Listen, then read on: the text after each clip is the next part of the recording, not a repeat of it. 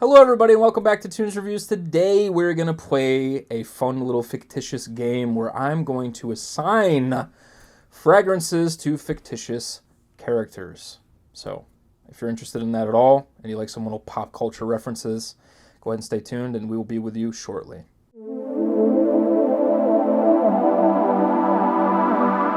If you're new to the video, please go ahead and subscribe and like and hit that notification bell so that you can be kept up to date as to when we drop our latest videos so that you can enjoy them with popcorn or a beer or whatever it is that you do, doing your yoga and you're hanging out, and maybe you're on the treadmill or something, or you're going for a nice little walk. Whatever it is you do while you're watching your YouTube videos, I hope you're all happy and healthy out there.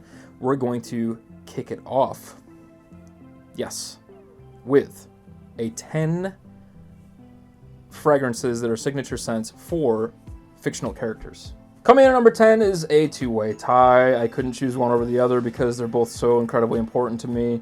I'm going to do other videos like this in the future, but I had to kick this off with a two-way tie because I just could not envision making this list without these characters because they're so important to me. They are my favorite character arc of any story ever, and that's Mr. White and Jesse Pinkman from Breaking Bad.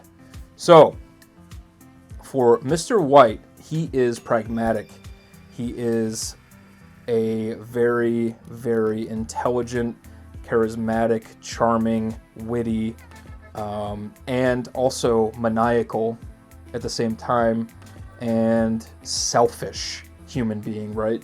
So if you've never seen Breaking Bad, certainly no spoilers for any of these characters or how it is that I'm describing them, but this is just how I envision them and their story and how they unfold in the respective content that they are in. So Mr. White, I've assigned him a wonderful fragrance that is very well known called Bois de Portugal by Creed, because it's just this very gentlemanly classic fragrance, and even though he's a bad guy in the show, he still has this air of charm and almost pretentiousness and being a little bit full of himself and knowing that he's good at what he does and how well he gets away with doing what he does. And he, even to a certain degree, thinks he gives himself more credit than he really deserves because he is caught in quite a few lies with his family. So that is what Mr. White would wear, is Creed's Bois de Portugal, because it is this just beautiful, confident fragrance. And Dean Martin wore it, so I could just picture someone like Mr. White wearing something that Dean Martin wore. This clean cut but bad boy edge, you know? So yeah, Creed Bois de Portugal, if I could speak, is for Mr. White. And then Jesse Pinkman, who is half the time unbathed, wearing baggy clothes. My favorite character in Breaking Bad. He's just got such a heartwarming and heartbreaking experience. Heartwarming as in a lot of things don't really break him. He still has this boyish charm, and he still tries, and heartbreaking because horrible things happen to him, and it's very, very difficult to watch. So Jesse is loyal, and he's funny, and he's charming, and he just wants to be loved. He's not necessarily the most intelligent, and Mr. White takes advantage of that quite a bit, that loyalty and maybe lack of intelligence and or motivation or confidence. And someone like Jesse, he definitely possesses this quality of not being the most cleanly, and I just envision him wearing something like Curve. So I picture him going to like Walmart or something and just like grabbing any old thing that looks like it would smell well enough. And Curve is kind of that fragrance. Curve is an entry-level fragrance for most people. Like Adidas Moves, Curve, Tommy by Tommy Hilfiger. These are fragrances that are like most people's gateway into fragrance. And I just picture him wearing that because it's this youthful, easy to wear, clean, just grab it and spray type fragrance. And that's what I picture him doing, not really putting a whole lot of effort into that experience. So that's what Jesse Pinkman would wear, Curve. Next up is the man with no name from The Good, the Bad, the Ugly, Fistful of Dollars, For a Few Dollars More. So Clint Eastwood, spaghetti westerns. I am a huge fan. I am a huge fan of westerns, especially spaghetti westerns.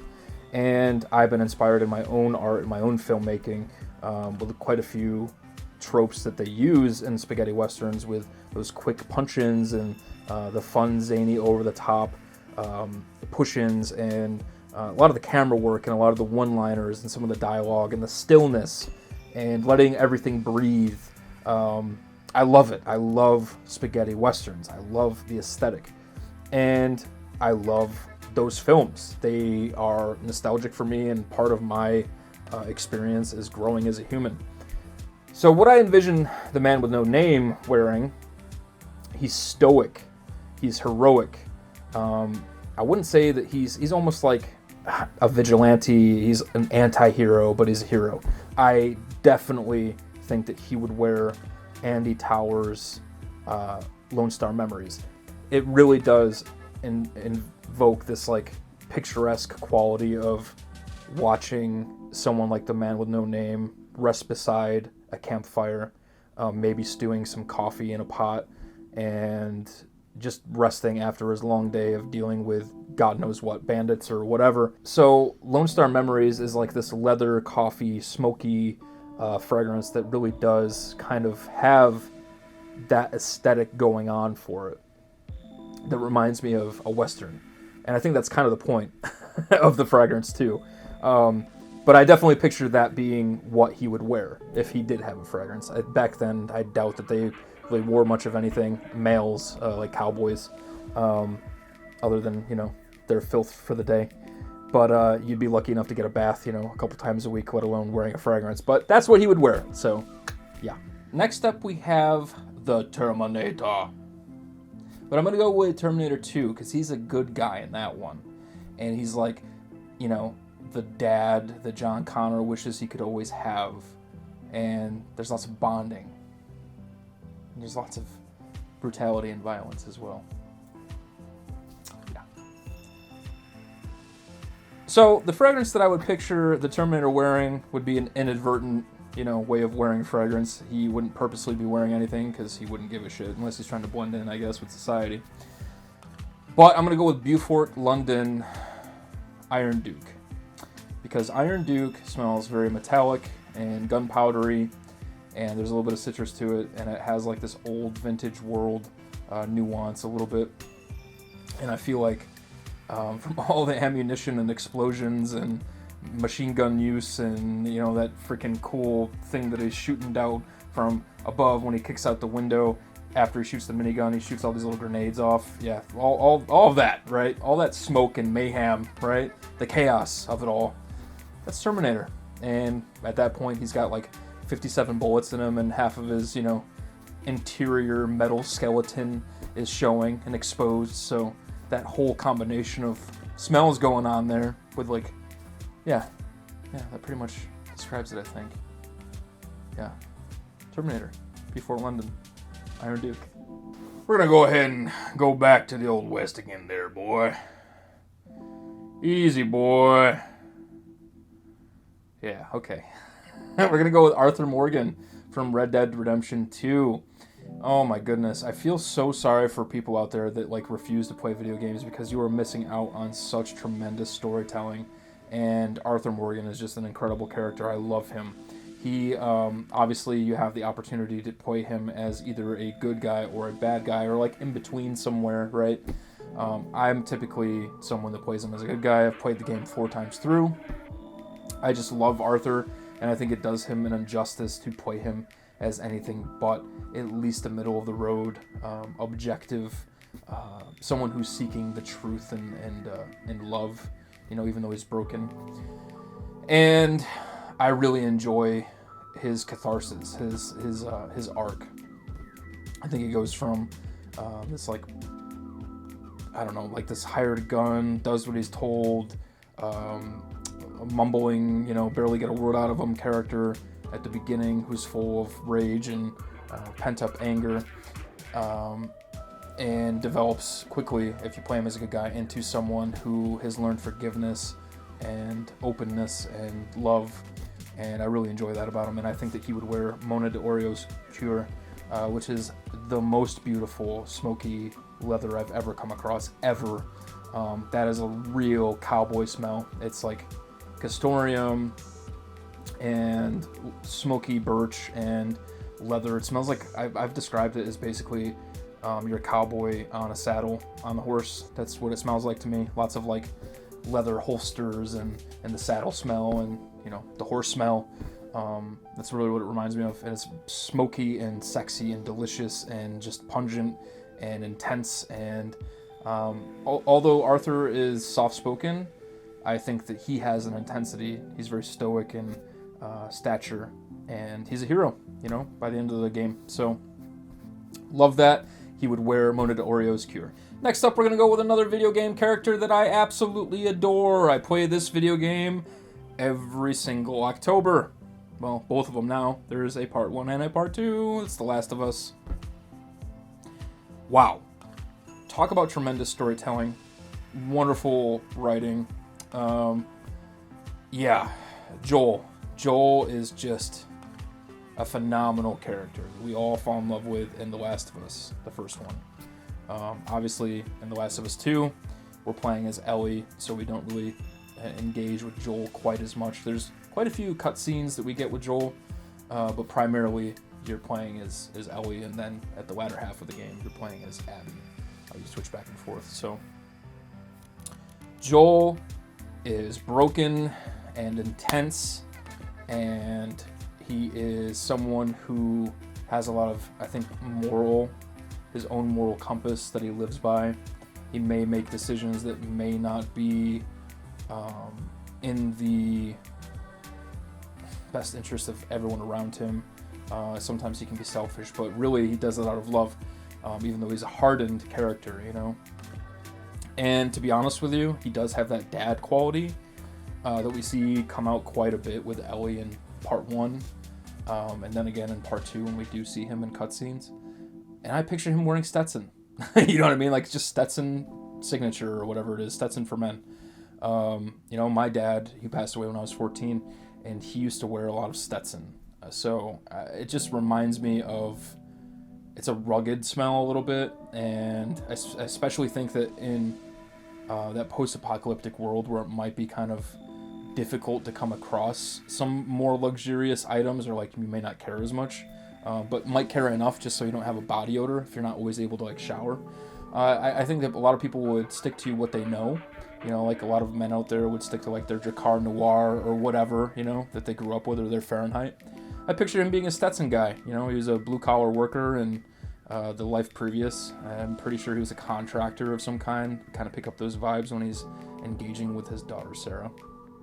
And I really do just picture him being very simplistic with it and sticking with Stetson. So Joel would wear Stetson. Next, we're going to go to another one of my favorite video games ever, Borderlands and Borderlands 2. These games are always going to be a part of my nostalgic value.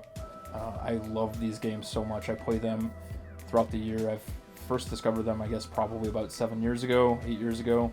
And I've played them, you know, multiple times a year since. I think that probably those games are the most played games I've ever experienced. They're very, very heavy-handed with pop culture references, and especially the second one. They're just so fun, and you can escape, and the characters are just so witty and exciting. And Lilith, who I actually have tattooed on my back, is a siren, and she has like fire wings and can pick people up with these, you know, energy orbs, and she's a pretty sarcastic, you know, not foul mouth, but sarcastic, witty, quick sort of character, and I really, really love her. I think that she would wear something like Frederick Maul's MUSC RAVAGEUR. I just picture her being like this badass who's got some grit, and yet still somehow like just like has this natural pheromone of smelling like cookies or something. And MUSC RAVAGEUR, I think, is that perfect combination of animalic badassery with that kind of like fluffy, warm, inviting nuance that's kind of laced throughout the fragrance. So the cinnamon bun with musk type fragrance of the game, and I picture Lilith just being a badass with her pyro powers. She's the Firehawk, so I picture her wearing that fragrance and pulling it off perfectly. The first rule of Fight Club is you don't talk about Fight Club. All right, so next up on the list will be Tyler Durden. And Tyler Durden's persona really does revolve around this sense of feeling like the entirety of society should just crumble, right? Like, he is just chaos. And he does think that there's virtue in his cause, and there's a lot of intelligence that goes behind why he's created these ideologies. However, he is a maniac, and I think that he is a very charismatic, violent, aggressive, assertive, and just downright likable villain in a lot of ways.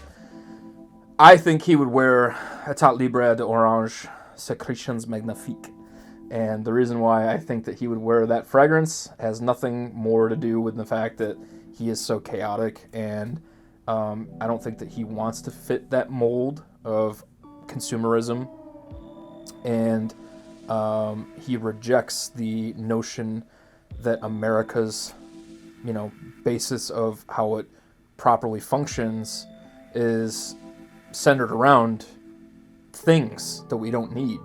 It's a very interesting concept. So I think that Tyler Durden would wear Secretions Magnifiques just for the sheer fuck you of it all. Yeah, 100%. Next up, we're going to talk about Bond. James Bond. The Daniel Craig version, because that's the right version. If I do say so myself. Yeah, I'm a huge movie buff, but my goodness, don't care if it's sacrilege or not. All the other Bonds. Anyways, Daniel Craig's 007 is suave AF. He's suave. He's charming. He's not necessarily very funny, but he does have like one-liners that are like a little cheeky. And he's a handsome man, and he takes action, a very, very demanding and knowing what it is that he wants in the moment, and takes care of whatever it is that the obstacle is at hand. And that to me just screams Chanel ANTAEUS. ANTAEUS is a rose incense based fragrance. It's bombastic in a lot of ways, but it's also very refined, very seductive, old school, which I picture him being a little old school with his perfume choice. And I didn't want to go so vintage that, like, I could have said, like, I don't know, a Dior Sauvage, not to be, no. Don't think that I'm talking about Dior Sauvage in the sense of the new Sauvage. I'm thinking like Eau Sauvage. I think that he could wear something like that, or like a Guerlain's Vetiver very, very well, but I didn't want to push it that far. So I think ANTAEUS has these bold nuances that are both kind of like seductive and making a statement at the same time. And I think that he would be one to wear that fragrance and absolutely kill it. So Daniel Craig as Bond, ANTAEUS. All right, we're coming down to the last two. This next one here is that freaking jerk that couldn't make enough room on the door while floating in the middle of the goddamn Atlantic. It's Rose. That's right. What would she wear? I mean, none of us should give a shit because she's a horrible person. She went and wasted this guy's, time and money, who has devoted his entire life to finding this freaking Hope Diamond or whatever the hell it's called. And, instead he just gets these wonderful stories about how she's cheated on her husband and let the person who saved her freeze to fucking death and couldn't make any room for him on a door, which we all saw in the audience. But there's plenty of room for Jack. So, nevertheless, I love Kate Winslet, and I do love Titanic. I think it's a great movie. Absolutely riddled with cliche, but I think a really epic film. Anyways, I think that Rose would wear something very aldehydic and sparkly and has like that old woman vintage vibe. That's none other than Chanel number 5 for me. I am not a fan, to be honest with you. Don't really like Chanel number 5. I know that that's like something that, you know, most people wouldn't dare say. I think it's far too aldehydic for my taste. Aldehydes like that come across as cat piss to me, so we're gonna drench Rose in cat piss because that's what she gets for letting other people down so much. That jerk. And last but certainly not least on this list, which is of course inevitably going to be a part 1 because I could do lists like this forever. So I hope you all have enjoyed it thus far. Last one on my list, Mike Myers from Halloween. So, what would Michael Myers wear? Well, this one's really dumb. Halloween Man X. I mean, because it's Halloween. He's from Halloween, so he's gonna wear Halloween Man X, which kind of smells like synthetic coffee. You know, a little cacao in there. I don't really picture Michael Myers smelling very good, if I'm honest. Mike Myers, I don't really picture smelling too good, but he is a supernatural being, so I'm like, maybe if he's like, I don't know, ghostly or ghouly or whatever, he wouldn't really have a smell to him. Or maybe he'd smell like straight up candy, because, you know, Halloween. Candy corn and Tootsie Pops and whatever. I'm not sure. But Halloween Man X just seemed like such an easy plug, right? So, yeah, he'd smell like Halloween Man X, because he just loves Halloween so much. He doesn't even take off his freaking mask ever, right? So he's just like constantly stuck in Halloween. So I feel like that's the fragrance he would wear. He'd be sitting there doing Mike Myers things, not saying a word. And I feel like he'd be like irritable if you gave him anything else. You know, might just stab you or something if you tried to give him like a Dior Sauvage or a Chanel Allure or whatever. But I feel like that Halloween Man X, you know, he might let you go. So, yeah. So, I hope you all enjoyed. This is my 10 fictional characters that have been assigned their signature fragrance. And I hope that you all are doing well and you're happy and safe out there. And I cannot wait to see you all soon. Thanks, everyone. Bye.